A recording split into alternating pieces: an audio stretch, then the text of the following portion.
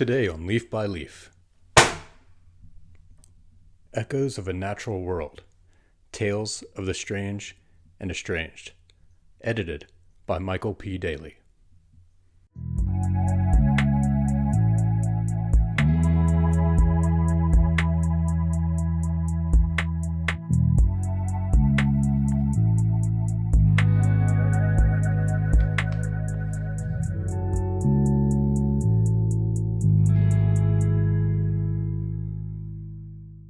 First to Knock is a small Chicago-based press founded in 2017 by editor and author Michael P. Daley. Daley, unbeknownst to me, is a fan of Leaf by Leaf and has been watching, has a sense of the type of literature that I like. And so he contacted me directly, and I really appreciate it because he suspected I would like this book that they're bringing out, or as of the posting of this video, they have already brought out, and he was definitely right. I'll put the link down below for you to go and order from First to Knock. And in fact, this will probably be a welcome treat for most of you because I've sort of been getting notorious for posting videos about books that are out of print or otherwise inaccessible. So this one is available and for a regular price. It's composed of 11 short tales, echoes of a natural world. Tales of the Strange and Estranged. But even before we get into the contents of the book, look at that cover art.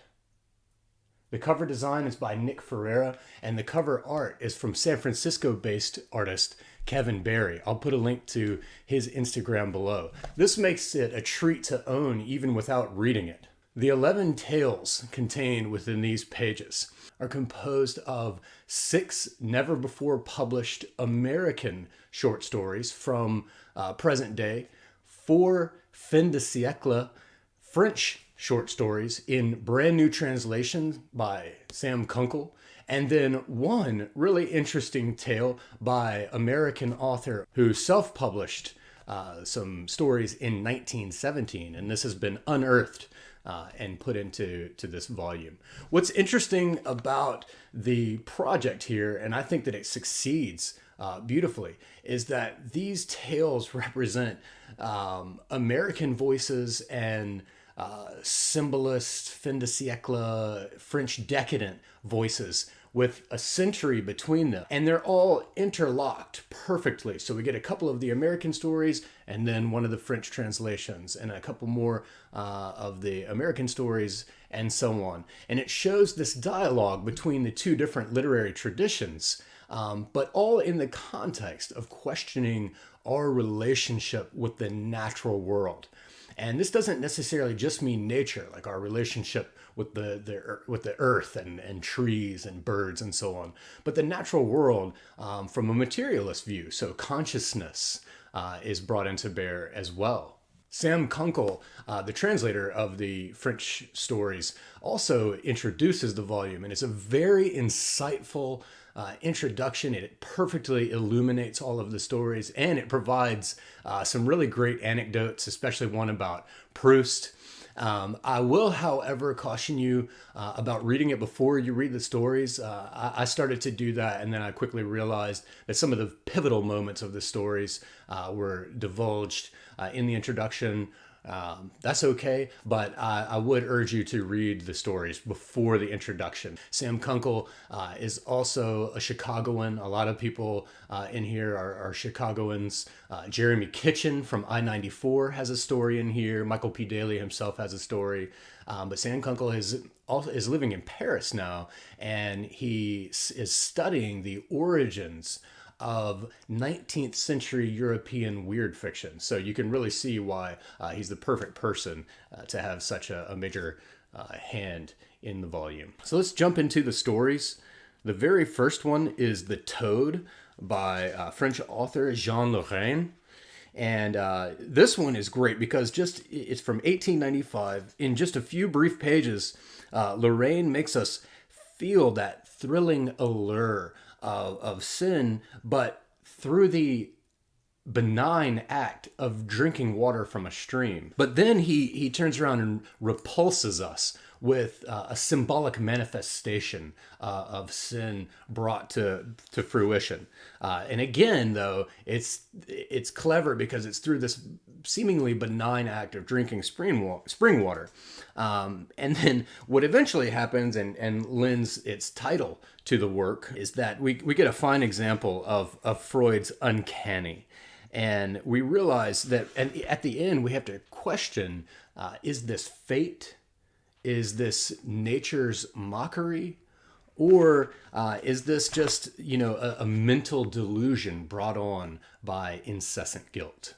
Concerning the discovery, taxonomic implications, and initial impressions of a whispering mold. This is the piece by Michael P. Daley, and I will say that, listen, I know Marcel Schwab is in here, Jorica Huysmans is in here, and I'm still going to say that Michael P. Daley's story is the standout in this volume. It should be noted that all of the stories are very, very slim. They're very small, perfect for like lunch break reading. And the French pieces are very small. The Huysmans is really just a little prose poem. Nonetheless, Daley has really given us a treat here. The title alone has got that academic parody, and there's some great biting satire about academics that I loved. But then it ends, with that bathos of a whispering mold. So this is very unexpected in such an academic title. But biological researcher Jerry Clive, and that name lends to a really clever email address that's embedded in here, clivesofmarch@hotmail. I really like that touch. He's had an unexpected shift in his plans. He's divorced. His breakout book of biology got taken out from under him, and now he works at a local branch of a city bank. But his interests are rekindled when he comes across a woman who has discovered a whispering mold, or a talking fungoid, in the northern Illinois woods. Fungal intelligence, talking molds. It's outlandish, but Daley does such a great job of bringing technical jargon in here and making it believable. It's the way that Lovecraft, in stories like From Beyond, I talk about all the time. I love that one. Bring this technical and scientific vocabulary into the strange and outlandish tale that lends it credibility. The story really reads like a collaboration between Lovecraft, Arthur Machen, and Henry David Thoreau, but Thoreau throws his hands up after the first couple of pages and leaves. It also questions whether objectivity is actually possible, and whether the rigors of scientific logic and scientific method can be brought to bear on the natural world, and especially with these oddities like a talking fungoid. Also, there are moments in this story that you will read and you will think, there's no way I read that correctly. And you'll go back and read it again and see that you did. Great job. Outstanding work. The next one is Underground by Lou Perlis. This is another contemporary American. This story is told about Freddie. It's told from the perspective of Freddie's therapist. Freddie has not had much luck in the lottery of life. His parents aren't in the picture. His mother tried her best to keep him when she was carrying him and make it work out, but something happened. We're not told what. In fact, the therapist says, then she slipped. Well, plummeted. It's not important how or why. Child Services took her baby and placed him in foster care. So we're not really sure what happened there. Maybe drug addiction, but that's not what's important. What is important is that even as Freddie is pinballing around the foster care system and acting out, the only thing that kind of centers him is a fascination with subterranean life. And now the short piece from Schwab. This is Lucretius Poet. This is also from his collection of, I think, like 22 microbiographies where he mixes fact and fiction a little bit, sort of like a modern Herodotus. It's called Imaginary Lives. I have the Wakefield Press edition of that book, translated by Chris Clark. I went and reread. I've been picking through those. I haven't read all of them yet, but I reread the Lucretius and the Chris Clark. I can tell you that Kunkel's translation is solid. Basically, this is from 1896. Lucretius, of course, we know is the Epicurean who wrote De Rerum Natura. On the nature of things. He talked about how everything is composed of atoms, and changes are brought about by Klineman or Klineman. And this is a swirl or a swerve. But despite the Epicurean philosophy and that he loves and that he reads in here, his love for his African woman and the feelings concomitant with that love sort of supersede the words that he's reading from Epicurus, and it's causing this dissonance within him. And you get these interesting little motifs where sky and ground are inverted. It says that a circle of trees dug a well into the sky. In Clark's translation, it cuts the well into the sky. He finds himself suddenly immersed within a serene temple of the forest, and his eyes dove into the blue depths of the sky. So sort of this as above, so below commentary as well. The Occult Hen by Dan A. Stitzer. This is the one that has been unearthed. This is an American author. This is from 1917. It was self-published. Essentially, a man, the protagonist here, has lost his hand, but there's a professor in the town who has a taste for the occult and tells him that if he lets him hypnotize him, he can grow his hand back. So there's a lot of commentary on the nature of consciousness and what's real and mind over matter. But he has to surrender his will and, to a degree, his consciousness to the professor to do that, in order to do this. So it's sort of a precursor to Stephen King's Needful Things, but of course it has its roots in the Faustian bargain. And in fact, as time goes on, we see that the professor goes from sort of a Mephistopheles figure to a Christ figure, which is an interesting change, and it becomes a moral tale. But mind over matter is the theme in this, but it's kind of tilted a little bit to where we question, what about someone else's mind over our own matter? The next one is the one from I-94's Jeremy Kitchen. This is a comical story, The Legend of Dayglow Maria. It's about an Army soldier. Kitchen himself is a U.S. Army veteran, but a soldier is telling a story in the colorful language of soldiers that we would expect about a deployment of American soldiers in Germany, but these wild boars keep encroaching. Well, I shouldn't say that, because technically what's going on here in the context of the theme of the book is that these soldiers have encroached. They have set up their deployment, their barracks there in nature. And so these boars are infiltrating the camp, and they can't keep them out. So, but it's subtle. The encroachment on nature from our perspective is very subtle in this text, and the comedy of it is at the forefront. It'd be interesting to see if Kitchen continues to write stories. Little Brother by Janice Law, longtime author of novels and short stories in Alfred Hitchcock and Ellery Queen. In this one, a doctor has discovered a way to eliminate the need for sleeping and dreaming. In that way, it really reminded me of S.D. Krostovska's novel, The Eyelid, which is also this look at getting rid of sleeping and dreaming to purportedly to increase productivity. This one's a little more toward the sci-fi genre than S.D. Krostovska's is a little more academic, but the same topic nonetheless. And this one, sleep is deemed the little brother of death. This plays on alchemy and superstition and enlightenment, secularization, and really comes back to the politics of controlling the masses. Hues of Red is the prose poem from Joricar Huysmans. It's very, very short, but it's beautiful.